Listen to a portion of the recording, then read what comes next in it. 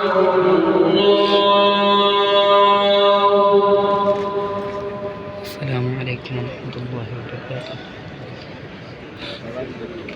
उम्मीद है कि सब भाई बहन ठीक होंगे। अल्लाह आपको अपने हिफ्ज़ व अमान में रखे। जी माशाअल्लाह, काबा बैतुल्लाह का मनाज़िर आप देख रहे हो।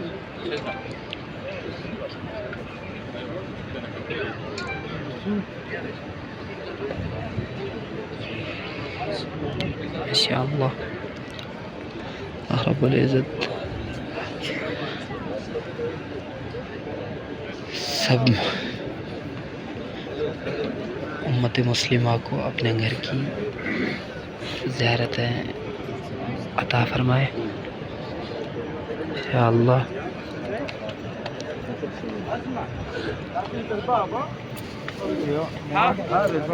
दुआ है कि अल्लाह रब्बुल इज़्ज़त हमें हर मुसीबत से बचाए।